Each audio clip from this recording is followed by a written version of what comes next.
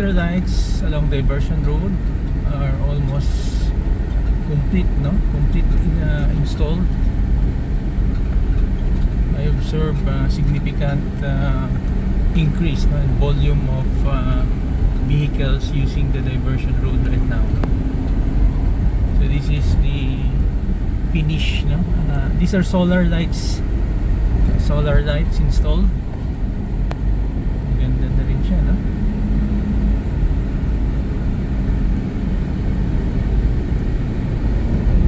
As we mentioned, there's significant volume of vehicles using the Diversion Road right now.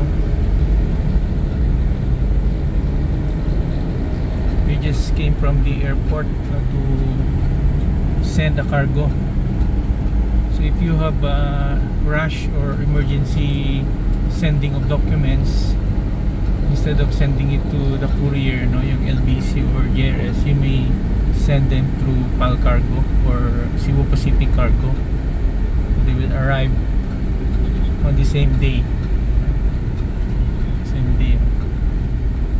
Just check here.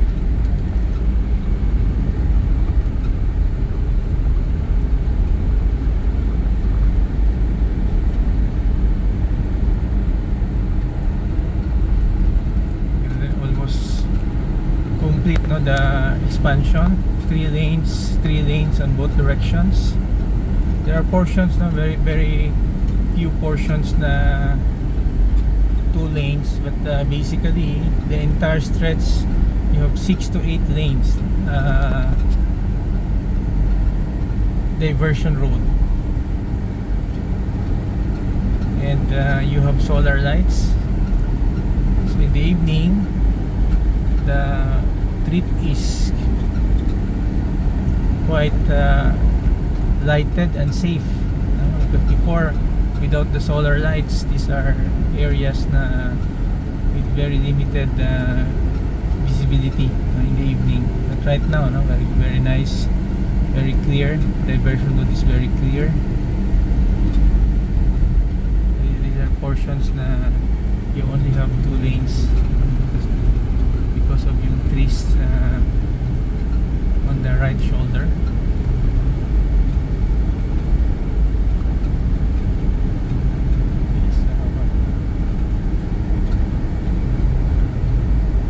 This is Cassandra by RD.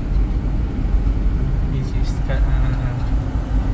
La Cassandra TV, early subdivision projects of the RD Realty.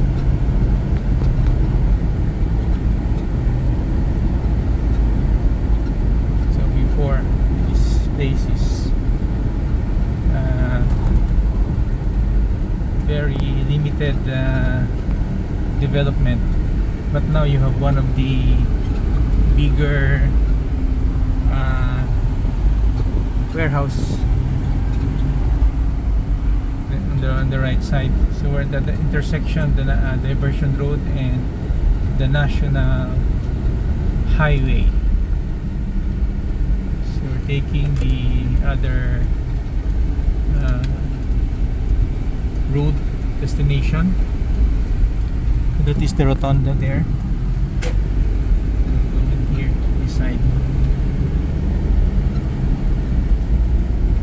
So this is a standard highway road in GenSan's. You have 6 to 8 lanes. So compared with the other Philippine cities, GenSan's has one of those better plan in terms of infrastructure. So you can still increase it by 6 more lanes, no?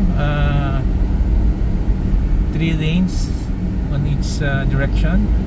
So this can go to as big as 10 to 12 lanes. 6 lanes from for both directions. Parang EDSA na rin. Okay, signing off.